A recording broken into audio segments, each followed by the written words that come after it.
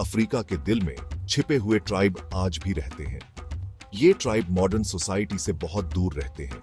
ये अपनी जमीन और अपने रिवाजों की रक्षा बड़ी ही बहादुरी से करते हैं। ऐसा ही एक ट्राइब है सेंटिनलीज, जो नॉर्थ सेंटिनल आइलैंड पर रहते हैं। सेंटिनलीज बाहरी लोगों के प्रति अपनी हॉस्टिलिटी के लिए जाने जाते हैं। ये अपने आइलैंड के पास आने वाले किसी भी व्यक्ति पर तीर चलाते हैं। आज तक कोई भी उनके साथ पीसफुली कांटेक्ट नहीं बना पाया है। इथियोपिया में मुर्सी ट्राइब अपने यूनिक कस्टम्स के लिए जाना जाता है। मुर्सी महिलाएं अपने लोअर लिप्स में बड़ी बड़ी क्ले प्लेट्स पहनती हैं। उनकी कल्चर में इसे सुंदरता की निशानी माना जाता है। मुर्सी स्किल्ड वॉरियर्स भी हैं। वे अपनी ताकत साबित करने के लिए अक्सर स्टिक फाइटिंग करते हैं। नाइजर का वोडावे ट्राइब एक और फैसिनेटिंग ग्रुप है। ये नोमैड्स हैं जो सहारा डेजर्ट में रहते हैं। वोडावे अपने इलैबोरेट ब्यूटी कॉन्टेस्ट्स के लिए जाने जाते हैं। अफ्रीका के ट्राइब ऐसे तरीकों से रहते हैं जो हमें स्ट्रेंज लगते हैं। उनका डेली लाइफ रिचुअल्स और कस्टम्स से भरा होता है। ये प्रैक्टिसेस पीढ़ी दर पीढ़ी चली आ रही हैं। उदाहरण के लिए नामीबिया के हिम्बा लोगों को ही ले लीजिए। हिम्बा महिलाएं अपने शरीर को बटर फैट और ओकर के मिक्सचर से ढकती हैं। यह रेड पेस्ट उनकी त्वचा को तेज डेजर्ट की धूप से बचाता है। हिम्बा लोग कम ही पानी से नहाते हैं। इसके बजाय वे साफ रहने के लिए स्मोक बैथ्स लेते हैं।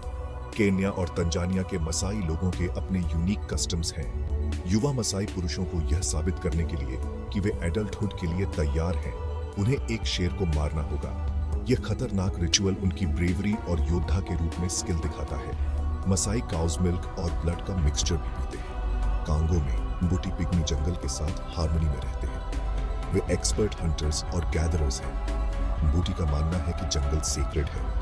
वे फॉरेस्ट स्पिरिट का सम्मान करने के लिए रिचुअल्स करते हैं। कुछ अफ्रीकी ट्राइब की ऐसी प्रैक्टिसेस हैं जो बाहरी लोगों को खतरनाक लगती है। इन कस्टम्स में अक्सर दर्द या जोखिम शामिल होता है। फिर भी ट्राइब के लिए वे उनकी कल्चर का एक महत्वपूर्ण हिस्सा है। पश्चिम अफ्रीका के फुलानी लोग शारो नामक एक अनयूजुअल रिचुअल करते हैं।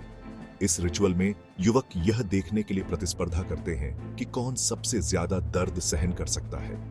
दर्द के कोई लक्षण न दिखाते हुए उन्हें लाठियों से पीटा जाता है।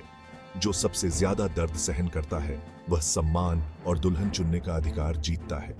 इथियोपिया में हमार ट्राइब में बुल जंपिंग नामक एक खतरनाक रिचुअल है। एक युवक को एडल्ट बनने के लिए कई बुल्स की पीठ पर दौड़ना पड़ता है। बुल्स को साइड बाय साइड लाइन में खड़ा किया जाता है। अगर आदमी गिर जाता है तो उसे शुरू से स्टार्ट करना होगा। इथियोपिया के सुरमा और मुर्सी ट्राइब लिप प्लेटिंग करते हैं। युवा लड़कियों के लोअर लिप्स को काट कर खींचा जाता है। समय के साथ बड़ी से बड़ी प्लेट्स डाली जाती हैं।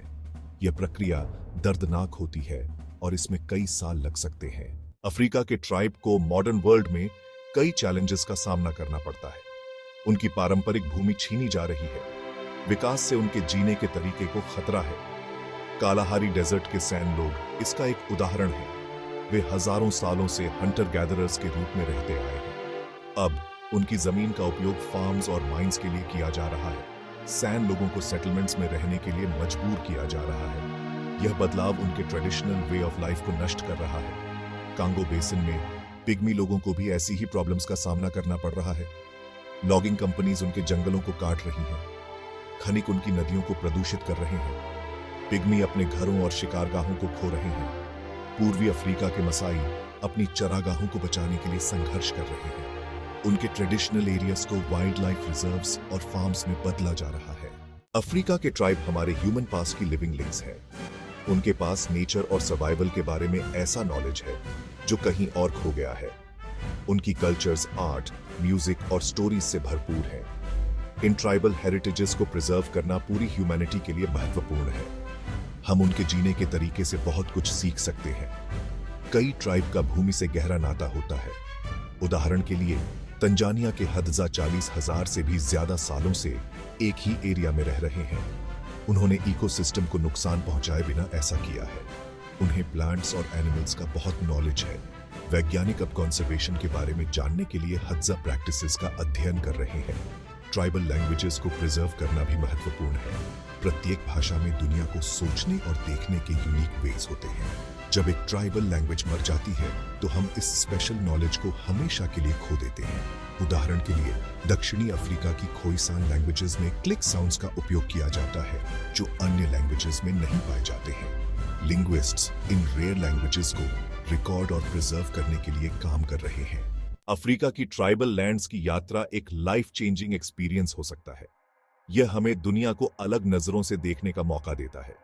ऐसी विजिट्स रिस्पेक्ट और केयर के साथ की जानी चाहिए। केन्या में मसाई टूरिस्ट्स को विलेजेस में आने की अनुमति देते हैं। विजिटर्स मसाई कस्टम्स और वे ऑफ लाइफ के बारे में जान सकते हैं। इससे मसाई को अपनी ट्रेडिशंस को बनाए रखने में मदद मिलती है। नामीबिया में विजिटर्स हिम्बा फैमिलीज के साथ रह सकते हैं। वे डेली टास्क्स में मदद कर सकते हैं और हिम्बा बिलीफ्स के बारे में जान सकते हैं।